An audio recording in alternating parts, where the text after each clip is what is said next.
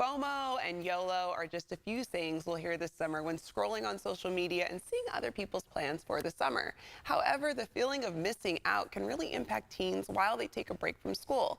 Today's guest knows firsthand the challenges faced by teens in the summer season. She's only a teen herself, but she's already a vocal mental health advocate and the author of Uplift Teens Today, Coping Strategies for Mental Health.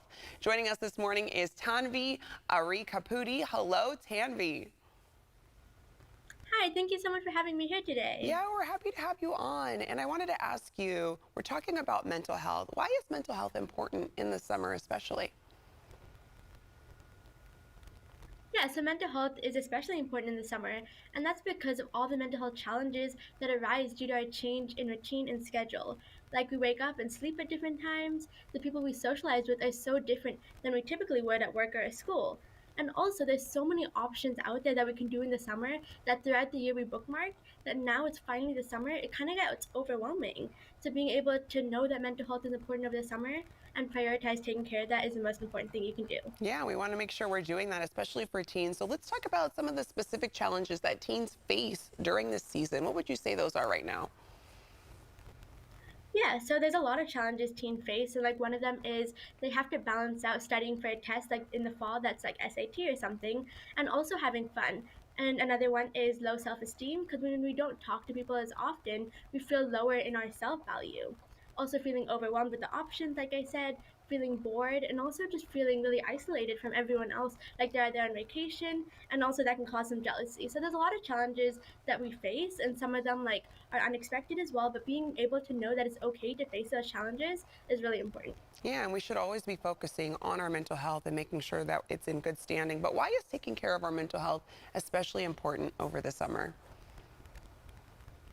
Yeah, so like unlike what they show on TV where it's like a character season is all happy, in reality it's when we all get the most time to think about our emotions, which for some people is like they don't get enough time typically. So it's really overwhelming to have so many emotions that they like have to deep delve into. But being able to know that it's okay and taking care of your mental health because you have that time reflecting on your emotions and also having some tips that you can use and take away. So it's not just sitting there in that emotion, being able to take care of it and also just enjoy all the emotions that we have and being able to spend time to better understand yourself. Yeah, and Tanvi, we got you here to provide some solutions. So what can help with isolation for teens and people in general?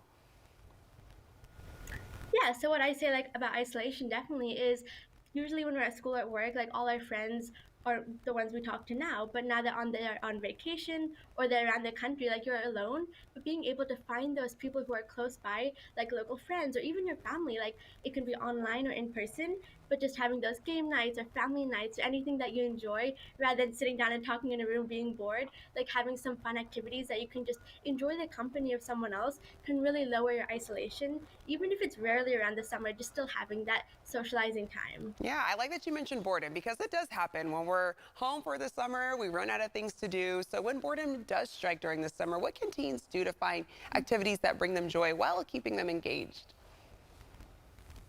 Yeah, so for boredom, like when I get bored over the summer, something I do is like I write a list of things that I enjoy doing. It could be like playing board games, it could be hanging out with my siblings, or even using Rubik's Cubes.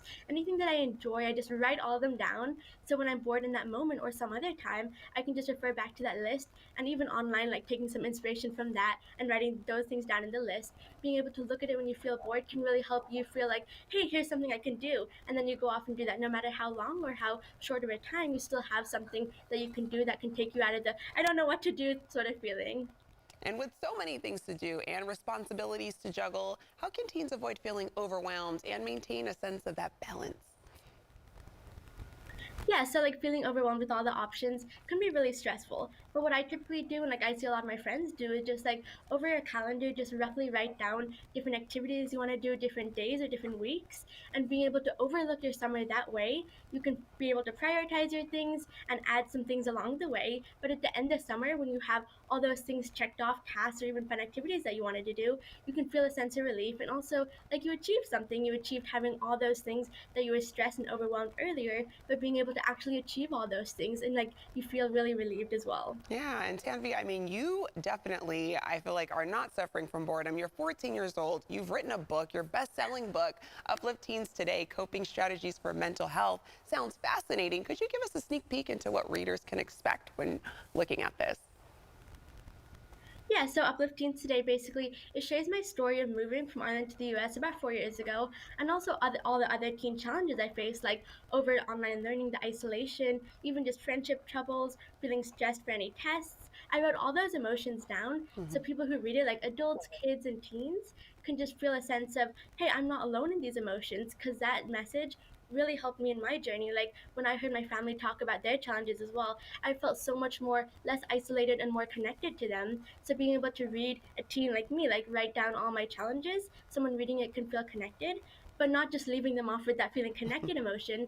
I also add these strategies or like tip boxes that it says like here's a tip that you can do in this situation, and then here are the steps and here are the benefits, so people Wow. can have that action plan they can take away. Yeah, you've achieved so much. I'm going to make sure I let our viewers know where they can go for more information. You can find out more by going to tanvi.us.